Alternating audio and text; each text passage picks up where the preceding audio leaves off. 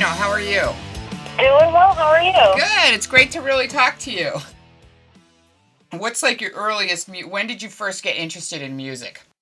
I think I was always interested in music. I know it sounds weird, but we grew up in a very musical community in my family. Like even my grandmother and my dad and mom, we always had like music, playing throughout the house, or of course like in the car. I don't know if I can pinpoint the exact first musical memory, but I mean I just remember always being around music and such a diverse kinds of music. Because my grandmother, she was Polish and she listened to a lot of polkas. And then, my mom's Hispanic, so we listened to a lot of Hispanic music. It's like I heard, music, my aunt and uncle were into jazz. It's like, so I had this really well-rounded exposure to different genres. I do remember my grandmother bought me a copy of Michael Jackson's Thriller on vinyl, and she gave it to me as a present. And that album to me is like, even to this day, still like probably one of the best records. I mean, the musicianship on it is incredible, and there's a guitarist that plays on it named Steve Lukather. He plays for Toto, and I actually got to meet him about a year ago or so, and I just, I felt like I was meeting Justin Bieber. I totally get that. So your grandmother gave you your first electric guitar. Yes, she did. It was actually from Service Merchandise. Oh, okay? yeah. And it had like a built-in speaker on it. Like you put a 9-volt in the back, so you could walk around and like play it and like hear yourself. And because I was left-handed, I took it to my guitar teacher, and he like flipped the strings around on it. Oh, cool. Okay. I'm right-handed. But I mean, I was just over the moon because I could walk around. I mean, honestly, I put a guitar strap on this thing, and I walked around everywhere. I walked out in the street, like I would walk to my grandmother's house playing guitar. She lived like a block and a half away. I would walk. I mean, this thing was attached to me. It's like other people have teddy bears, and you had your guitar. It's funny, because I used to actually fall asleep with the guitar, Oh, wow. like when I went to bed at night, and my mom would come in the middle of the night and like take it out of the bed because she was worried I would poke my eye out with a tuner or something, but that happened on many occasions. So That's a great story, though. And was that your first instrument of any kind, or were you like a band kid before that, or? No, that was my first instrument, and it's funny because my god sister, she was a little older than I was, and we would go to their house. My mom, and her mom were great friends, and she had this purple sparkly guitar, and she was probably like a teenager, and I was probably around 5 years old, and she was like a rock and roller, like Joan Jett kind of chick, and Oh, yeah. I was always just in awe. I was like, she's so cool, she's so awesome. And then she had this purple guitar, and and she took lessons, and she knew how to play a little bit, and I was like, oh, that's so cool.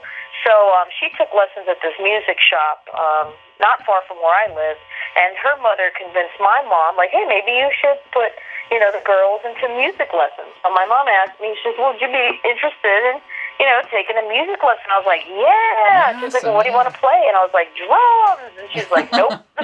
So drums was the first words out of my mouth, but I settled on guitar because at the time all I knew that existed were drums and guitar. I didn't know the difference between bass and guitar, and Sure. and I didn't really consider singing an instrument, at the time. So I was just like, well, there's only drums and guitar, so I guess I'll do guitar if she's not going to let me do drums. And it worked out better that way, but I still want a drum set. Someday, I swear I'm just going to buy one and just bang on it just to fulfill some childhood desire. So what is your band, what's the configuration of BAST? And also, what does BAST stand for? Right now, we're a power trio, so it's me up front singing lead and playing guitar. We have Hugh Ellis on bass, and then a drummer named Tony. We're actually just started recording our second EP, so it's going to have some new material. Stuff's a little different as the music evolves.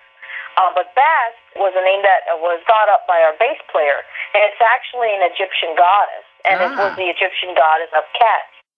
You're actually the first shredder that I've encountered. My book is about a shredding guitar goddess. That's what the book is about. So I'm really, really interested in talking to women who play that way. And I have to ask, like, why are there not more women like you, do you think?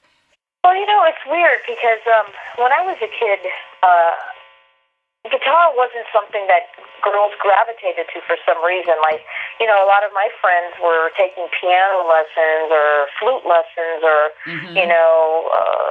I guess instruments that I guess at that time had a tendency to be more feminine, where guitar, I think, had kind of a masculine air about it for whatever reason.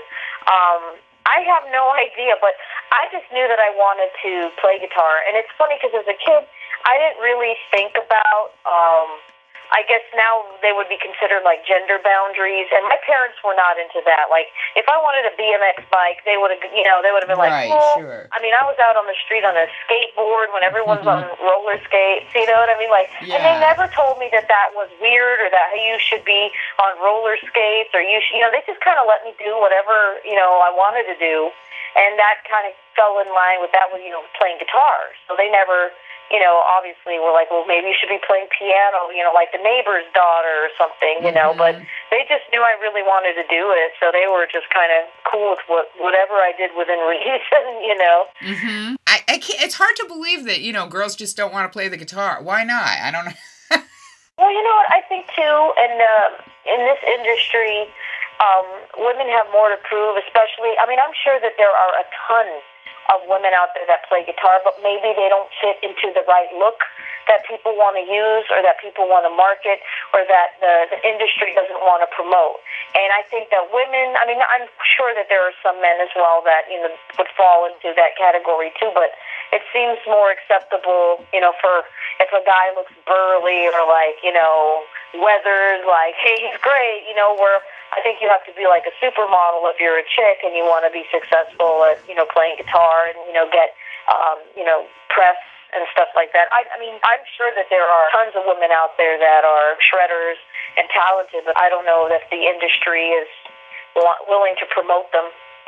Right, there's an expectation, if a woman's going to, she's got to be hot. Whereas I have to say, I can think of lots and lots of really ugly male guitar players, and they're super famous, I mean, there's some of the greatest, like, guitar players out there are homely, Yeah. But it doesn't seem to matter when it's a guy, people don't care as much, but when it's a woman, there's this particular expectation, so that's interesting. I always know when a pretty girl puts up a video, there's like a zillion responses, and then it's like an average looking girl with the same talent puts up a thing, she just doesn't get as many responses, and I mean, it's just the way of the world, I guess. I guess the people who manage to succeed within that are the ones that can just get past that, because you can't really change it. I mean, I always think that there's a way around it and a way to break through, and I think that's where a lot of internet kind of helps out the smaller person. Maybe they don't have a record label or anything like that, but they can still get their videos released on YouTube and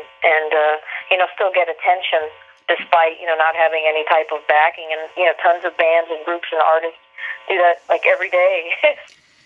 So, what's it been like coming up in music as a woman? It sounds like you came to it with a pretty strong sense of independence. You don't seem like somebody who was crippled by your gender at all, despite the fact that it's a very male-dominated industry, right? It's very much so. It is.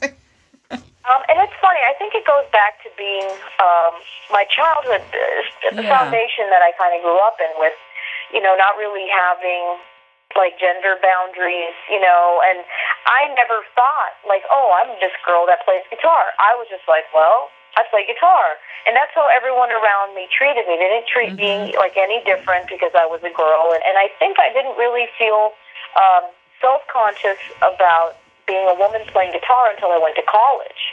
And that's where I realized that, okay, girls don't always play guitar. Like, I think that's when it really hit me, because I met other female guitarists, and they were like, well, how do you do that? And I'm like, how do I do what? Because not a lot of people shred, but that was like, I loved Slash and, doing solos, and I was really into jazz at that time.